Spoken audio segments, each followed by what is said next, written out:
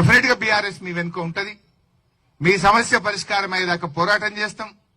రేపు అసెంబ్లీలో కూడా అసెంబ్లీని స్తంభింపజేసైనా ఈ ప్రభుత్వం మెడలు వంచైనా సరే ఈ నిషేధిత భూముల జాబితాను పూర్తిగా తొలగించేదాకా కూడా ఈ రాష్ట్రంలో నష్టపోయిన ప్రజల పక్షాన, రైతుల పక్షాన, అందరి పక్షాన కూడా మేము పోరాడతాం.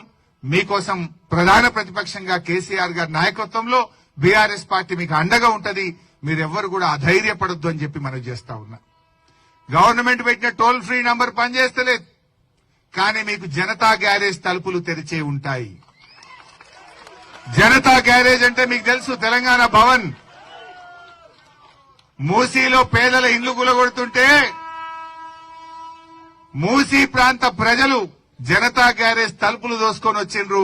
బీఆర్ఎస్ వాళ్ళకి అండగా ఉన్నది, వాళ్ళని కాపాడుకున్నది.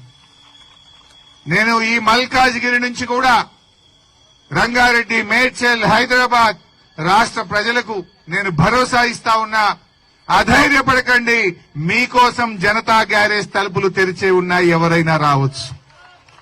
ఎవరికి ఇబ్బంది కలిగినా, ఎవడు మిమ్మల్ని పర్సెంటేజ్ అడిగినా, ఎవడు మిమ్మల్ని భయపెట్టినా, మీ ప్లాట్ ఎవడు కబ్జా పెట్టినా జనతా గ్యారేజ్ మీకోసం రెడీగా ఉన్నది. రండి, మీకు అండగా బీఆర్ఎస్ పార్టీ ఉంటుంది. మిమ్మల్ని మేము కాపాడుకుంటాం.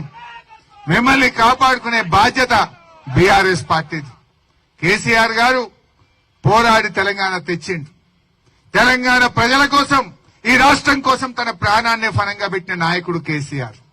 ఈ రాష్ట్ర ప్రజలకు కష్టం వస్తే, ఈ రాష్ట్రంలో అన్యాయం జరిగితే కేసీఆర్ గారి నాయకత్వంలో యావత్ బీఆర్ఎస్ పార్టీ మీకు అండగా ఉంటది.